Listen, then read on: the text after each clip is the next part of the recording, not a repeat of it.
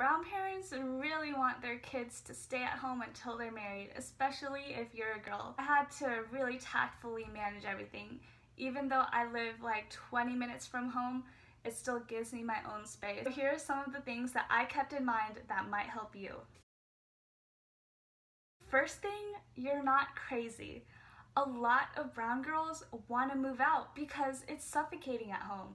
Your mom's always asking you if you ate, where you're going, when you're coming back. Moving out is one of the hardest things that you can do. You want to make sure that you have all the money that you need to move out. Make sure that you can make it your own money and not your parents' money. You'll be much prouder.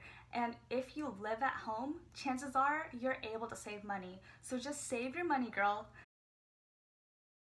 Next thing you want to do is do heavy research. Know exactly who you're going to be paying for electric, who you're going to be paying for your internet, all the costs of your apartment. Make an Excel sheet. Try not to use your parents or like your dad for this.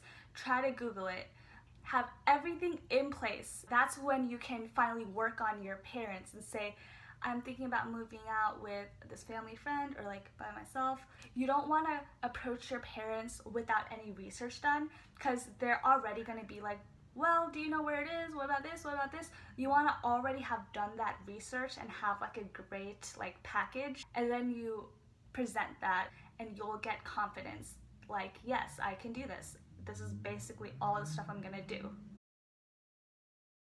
When you approach your parents, there's gonna be a fight if they're like my parents.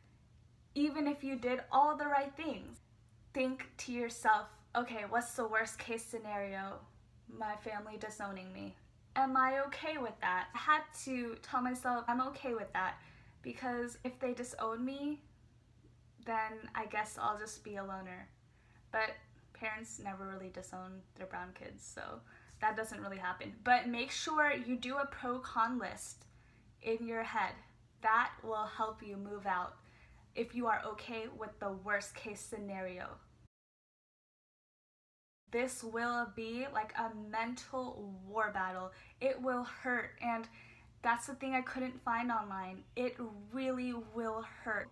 So be prepared to mentally be like devastated. It was like 2 fights for me. So I had to fight with my parents once, and then we ended up compromising that maybe I could move out like the next year. And then the next day I went to my dad and I said, Dad, I really want to move out this year. And then he just kind of gave up and said, okay, fine. And you'll see your mom cry and it'll feel bad. End of the day, think objectively. I only live 20 minutes away. Think about yourself. Think of this like therapy. Instead of spending therapy money every week or every month, you're spending apartment money, and it's making you not depressed. It's making you have your own space. You're independent. It's basically nurturing you in the ways that you need. Instead of staying at home and then getting depressed year after year and then having to go into therapy, this is better than going to therapy later. Once you do move out, it will open doors for you, like doors. When you live at home, your parents think you can't do anything.